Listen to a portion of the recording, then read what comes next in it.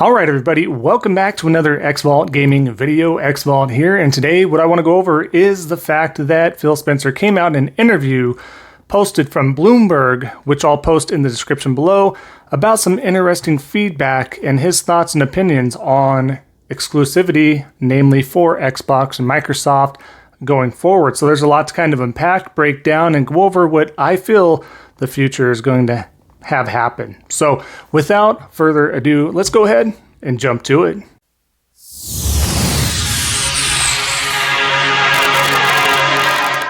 All right, so like I was saying, what we're going to go over is the fact that Phil Spencer had an interview via Bloomberg. He breaks down his thoughts in a quick quotation paragraph that I want to break down because there's more to this than, first is kind of looked at or more than meets the eye, not to quote off the Transformers franchise. But what he says is very eye-opening for their path, what he feels needs to happen, and what a business does, which is make money. And what makes most money? Mostly multi-platform games, especially if you don't have, substantiated exclusive platform games, right? That's what we're looking at. And they don't.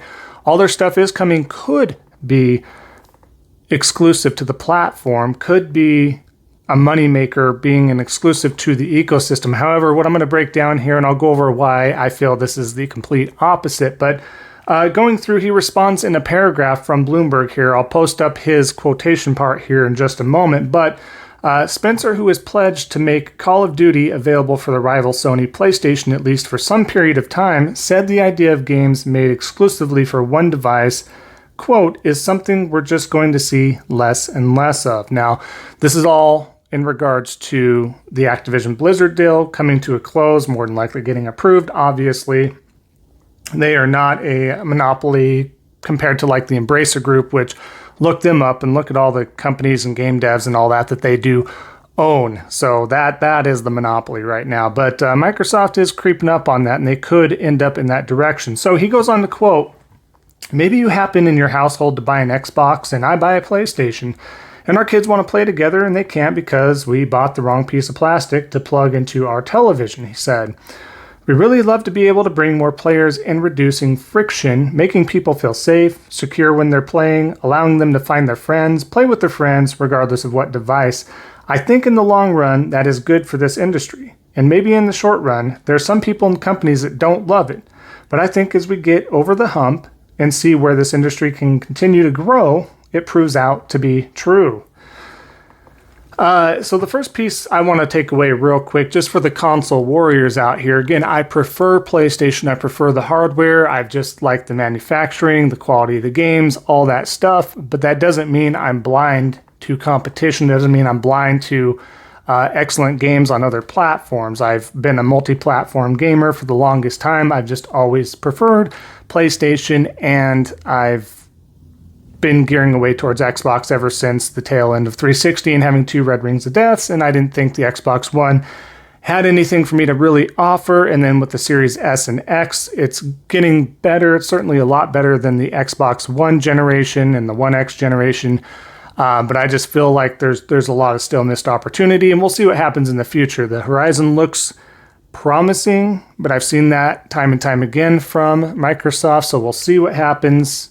Again, I'm not opposed to anything like that, and I don't think the PlayStation brand has to be numero uno forever or else, and Xbox sucks or Nintendo sucks or anything like that.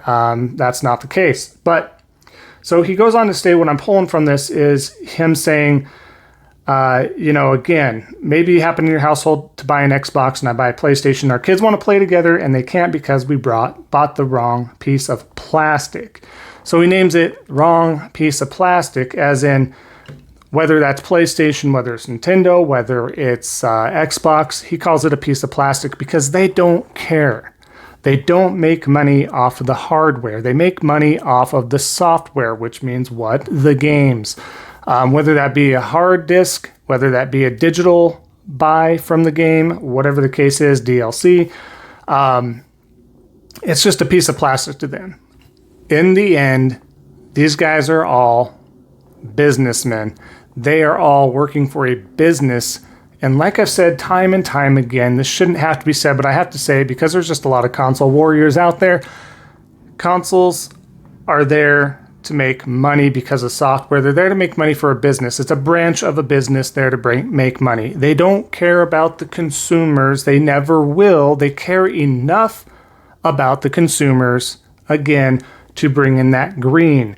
That money, that cash, the dollar signs, you name it, they want to bring that in any means possible. So with moving on, Phil Spencer stating that, yeah, exclusives, especially for Xbox, isn't what's bringing everybody over there. They're bringing them in because of Game Pass right now, bringing into that ecosystem. So you can play everywhere. Right now, this day and date, you can play on a Series S, X, a One X, Xbox One, considering the game is supported on those via Game Pass. You can play via the cloud on your Chromebooks. You can play on a PC through the Microsoft Store and their apps. You can play on your phones, your tablets. Who knows? Maybe even the brand new 2023 Samsung fridges. I don't know. They may have enough to, computing power to play maybe a streaming service like Game Pass. But also they're having certain TVs now, at least one brand and one certain model of a TV at this time, have an app to play Game Pass games. This Game Pass feature is going to be able to be played everywhere. The only places that it won't is going to have a hard, Watergate to get over is PlayStation and Nintendo, and obviously Stadia, because that's its own streaming service, so it's not going to be on there, of course. But any platform, and who knows what's going to happen with Nintendo and PlayStation in the future and how this all works, but he's clearly wanting to have his games all over the place, even though he walks it back, and this could just all be up front for now. But the reason I think that he is being true about being multi-platform or being able to play Xbox games, whether it's through Game Pass or not, on multiple platforms, is because that prints money. They make money via software. The more people that can buy that software in any ecosystem or device, the more money this company makes. They spent a ton of money getting Bethesda. They spent even more money buying Activision Blizzard. They spent money, and they're spending money to get timed exclusives or exclusives and funding these games that they're trying to get from buying all sorts of other developers they did before Bethesda and Activision and Blizzard, and some that they're going to continue to get after Activision and Blizzard closes, right? Whether it be a smaller acquisition or higher. Again, they're going to be going the route of Embracer, I think, because Embracer's fine with it. Like, yeah, we don't need to make anything exclusive. We're going to put our games and all the developers that we own on as many platforms as we possibly can because we like the money. That's what they want. Ultimately, that's what they want. So I think there's some truth. Some people don't believe this, but I think there's some truth where Phil Spencer wants this stuff to happen. He wants that money. And, Game Pass is not going to be sitting at the price that it is now today. Obviously, we look at some people are like, well, you can't compare this gaming service to the likes of Netflix and Hulu and Disney Plus and Amazon Prime and all that. Well, you can, because it's a sub-service. It doesn't matter if it's selling shoes. It doesn't matter if it's selling beauty products. There's so many different subscription services out there that they all rely on one thing, selling a product. And as times go on and inflation happens, or depending on the volume of customers and subscriptions, that will also change drastically, whether it be higher or lower, depending on the volume, what they're making.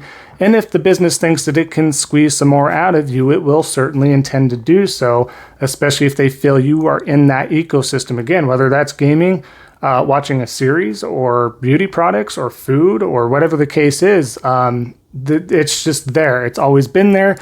The writing's on the wall that it's supposed to go everywhere. I really think that we could possibly have another generation, maybe even two, of hardware, but it's going to be mainly streaming services going forward in the near future.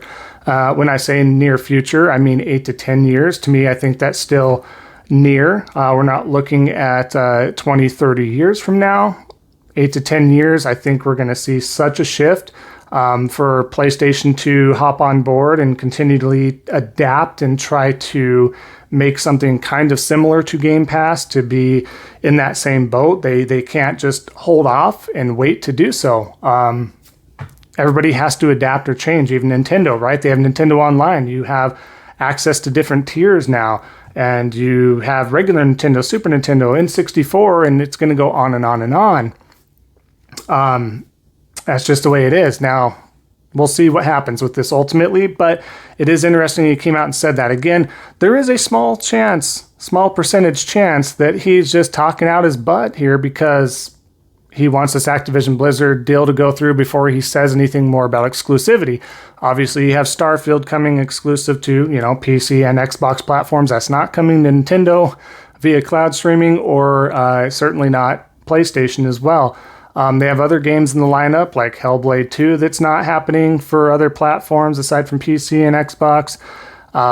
And a handful of other games like Redfall, and I'm sure Fable, and obviously the continuing Halo and Forza and Gears and all that stuff as well. So, but in the future, 8 to 10 years, that very well could change if they want to see more money. They want to see that more profit churning. And then again, we have to honor the 5 years for Call of Duty to apply to like PlayStation and stuff. After that, we'll see. Okay. Call of Duty is one of the biggest money printers out there, and so he's certainly going to want to have that a multi-platform game and not lock that behind. The same goes for Diablo and stuff like that. So for any of the console warriors out there thinking he's going to lock that down or back, no. Can it be included with Game Pass and influence the buyer to just subscribe to Game Pass and play it on maybe an Xbox or any other device? Certainly, that is a thing, and it is a good deal as long as that price stays the same. As a matter of fact, that price can increase and fluctuate higher and still be a great deal if you're putting all of the Diablo games on there. You're putting all the new first-party AAA games, and they're of great quality, and you're putting all the Call of Duty games out there on that service, and you can play it day one just like that, then of course, absolutely. And that's what's going to shift Nintendo and PlayStation to also think outside the box. Competition breeds excellence. Another thing that I say all the time. That's what happens. So ultimately, I just kind of want to put that out there, put that all to fruition. I think that's a very interesting interview, especially that paragraph there. The rest of it's about Activision and Blizzard. Again, I'll put the link in the description below, but it's certainly that's the one to pull out of there because he knows. As a business, he calls the shots to a point, but even higher ups are going to say, we want that money. What's the return look like from all these investments, right? So there you have it. Factual arguments from my side of the deal here, but definitely let me know what you all think down in the comments below. Leave a like, comment, like I just said. And if you haven't already, definitely subscribe. We are at 305 subscribers at this time, looking for that next goal of 500 subscribers so we can get even closer and closer and closer to increasing this channel and doing more and more. So thank you so much for all your support. Enjoy the rest of your day, and we'll see everybody next time on the next Xvault gaming video. And until then, take care.